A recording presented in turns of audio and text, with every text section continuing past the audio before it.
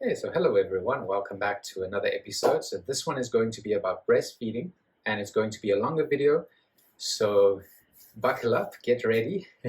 It's going to contain a lot of information, especially on the nutrients, why you need to breastfeed, how long you need to breastfeed, how soon you need to breastfeed, and why baby-led weaning is good.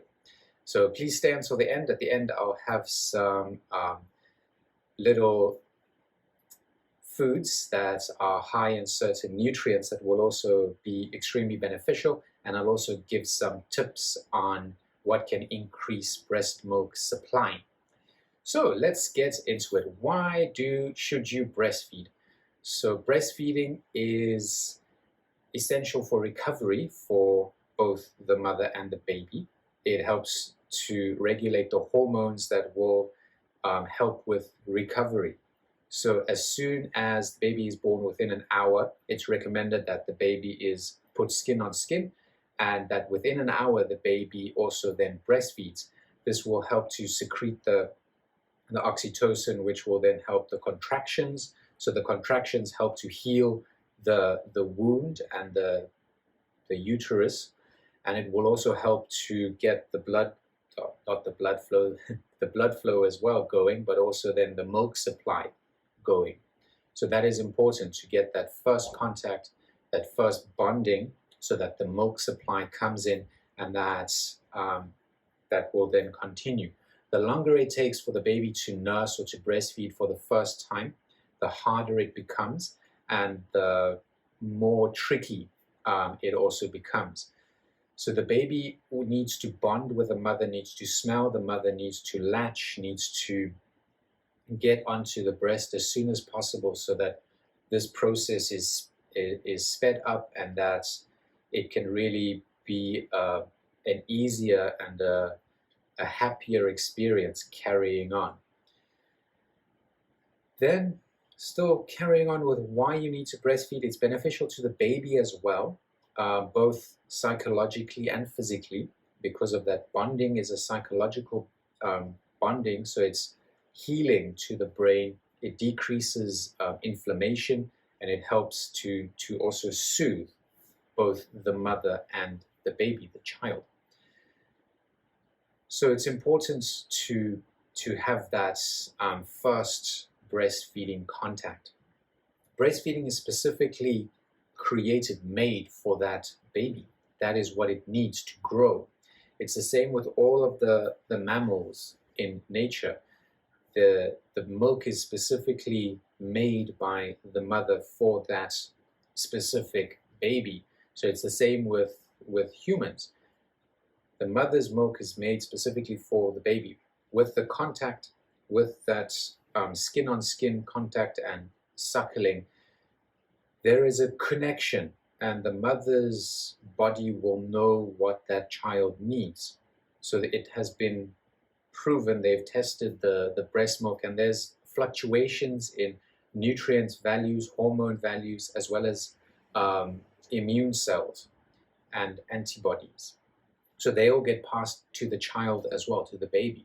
And that those levels fluctuate depending on what that baby needs. So it's important for the mother to breastfeed so that the baby gets all of those benefits. If you are giving some other kind of feed, the baby is not going to get all of these specific and special nutrients that is for that stage, for that period in its life. The fat, the protein, the carbohydrate levels will also fluctuate depending on what stage the baby is in and what it will need. If it's going through a growth spurt, it might need a little bit more fat and protein. If it's not going through a growth spurt, it might need more energy. If it starts crawling and moving, all of these things have an influence, and it will have an influence on what the mother is going to be giving to the baby. So this also leads into the mother's nutrition. The mother's nutrition also needs to be good, because that is being passed on to the child, to the baby, and it's going to set up the baby for the rest of its life. The health that you receive as a baby, that will stay with you for the rest of your life. If you think about it, by the age of 3, a child will have doubled its height. It will have either tripled or quadrupled its weight. The bone structure, the bone density, that is set, the osteoclasts and osteoblasts have been made. They are in there. The muscle strands, the muscle fibers, they have been made and decided. After a certain stage, you can only make them longer or shorter and stronger. You cannot add more muscle fibers. The adult teeth are already there in a child of about 3 years old. So it has its milk teeth, but it also has its adult teeth. So that is important as well. That's why the mother needs to have good nutrition, because that is going to the child. The baby will also have its microbiome, its gut microbiome, which is the key for your health right now and into the future. So your microbes and your bacteria in your gut have been populated and decided through birth, through breastfeeding, and through what the mother is eating and passing to the child. So it's really setting that child up for its current health as well as future health going into adulthood. It's also setting up the brain health, the fat deposition, the gene connections. It's been proven as well that what you eat can either turn on genes or turn off genes. So for example, breast cancer gene can be turned on or can be turned off. All of the different cancer genes can be turned on or turned off depending on what you are putting in.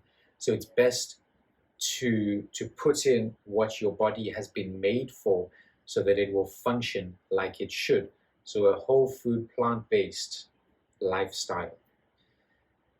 I've made many other videos on that, so I'm not going to go into why a whole food, plant-based lifestyle. I'll maybe link some videos here at the top. So it's really, really important for a baby to be breastfed. It has also been shown that IQ is influenced by breastfeeding. Breastfed babies tend to have a higher IQ. They tend to have a better health. They have better weight control. They have better appetite control. And that is also why baby-led weaning is important, because it lets the child take autonomy and make decisions around food and eating. If the child can choose when to eat, it will be easier when it becomes an adult to then choose when should I eat, when shouldn't I eat, listening to the body's cues and not just eating because it's a habit or because now it's the certain time of day. And it also helps bonding if baby-led weaning is followed. So the autonomy is important because that helps the baby to make better decisions leading into later life and to infanthood as well. And it helps with developmental growth, increased nutrient intake, and increased fluid intake as well. Because the breast milk is being adapted to what the child or the baby needs, there will either be more fluid, more fat, less fat, carbohydrates, glucose, protein. They will all differ, the nutrients as well. So with breast milk, it can really be adapted and it will change according to what that infant needs. And with baby-led weaning, you could be breastfeeding for longer than 2 years because that's what the baby is then needing. But after 2 years, usually the feeds dramatically reduce. It can be only night feeds or when the child is going through some psychological trauma or physical trauma, or at bedtime, sleep times, nap times. So it will really decrease and it won't become the continuous feeds that it might have been before. So let me go into some nutrients that can be beneficial and that will definitely help. Calcium is a big one because, as I've said, your adult teeth are there by the age of 3. Your bone health and your bone density, your bone cells have been decided as well. So all of this needs to be put in. So that is going to come from the mother if you are exclusively breastfeeding for at least 6 months. So nuts, cruciferous vegetables, seeds, legumes, tofu, they all contain lots and lots of calcium, especially seeds like sesame seeds, chia seeds, flax seeds, anise seeds, fennel seeds, hemp seeds. So all of the different seeds is beneficial to include into your diet, as well as sprouts and microgreens. they are also power packed with a load of nutrients, so they'll be beneficial to include into your diet or your lifestyle. And as I said, a whole food, plant-based lifestyle or diet would be the best, as dairy tends to leach out the calcium, because dairy is being introduced with lots of calcium, lots of protein, as well as iron. It will leach out the calcium out of your bones to be excreted, because the calcium will bind to the hydrogens of proteins, and that will then try to be excreted. So just be careful, be noteful or careful of that. Then iodine is another important one, because it controls your thyroid, which helps to balance all of the hormone productions. And that's especially important in women because of the balance of progesterone and estrogen. Iodine is important for that. And sea vegetables contain a lot of iodine. So things like seaweed, sea algae or sea moss, spirulina, they will all contain iodine. So you can include that in your diet as well. So either a little bit every day or a bigger dose a few times a week. Then omega-3 is also very important. That's where seeds come in again, and nuts, especially walnuts. They are very high in omega-3s. And then seaweed and sea vegetables are also high in omega-3, avocados as well, and coconut. So again, you can look at things like flaxseed, chia seeds, sesame seeds, hemp seeds. I'll get to some of the other seeds a little later because they can increase breast milk production as well. Fiber is also essential because fiber helps your bowel health and helps to make short-chain fatty acids, which are anti-inflammatory. So your fiber load is really important because that builds the microbiome. If the mother is healthy, she can pass that healthy immune cells and antibodies to baby, to the child. So a healthy mother will be a healthy child. Then lots and lots of fluids, because there's an increased need because of breastfeeding. A lot of it is fluid. So you really need to up your fluid intake to adequately produce milk and to then feed that baby. So just a few things that might be beneficial for breastfeeding. So fruits and vegetables, berries, they contain a lot of flavonoids. The color compounds, they are anti-inflammatory, antioxidants. They contain loads and loads of fiber as well as lots of fluid. Fruit, vegetables, berries have a high fluid content, and that will help you to eat your fluid and not only be having to drink your fluid. Then moringa will also be very good because it has lots of vitamin C, lots of fiber, and it contains a load of amino acids. So you can either just have the leaves if you have a tree, or you can get a powder and you can add it to something like a smoothie. Then to increase milk production, aniseeds can be beneficial, fennel seeds as well, milk thistle, malt, goat's rue, so it's a herbal plant, goat's rue, and then oats can also help, and things that have that mucilage, so something like sea moss as well, which will be beneficial to your gut, because that is also where you are absorbing fluid, absorbing water. So the more you can reabsorb, the more you have available. So you're not just losing your fluid, you are reabsorbing and reusing it. So a healthy gut microbiome will also be beneficial in reusing the fluid that you are taking in. So then some things that are not so beneficial with breastfeeding would be caffeinated drinks or caffeine, because that's a diuretic, so you're losing water.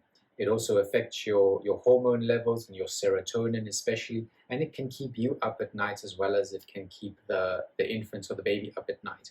Then, as I said, high fat foods, animal products, butters, milks, cheeses, those kinds of things, high protein foods and nutrient poor foods, meat products, they contain lots of protein and not much of anything else.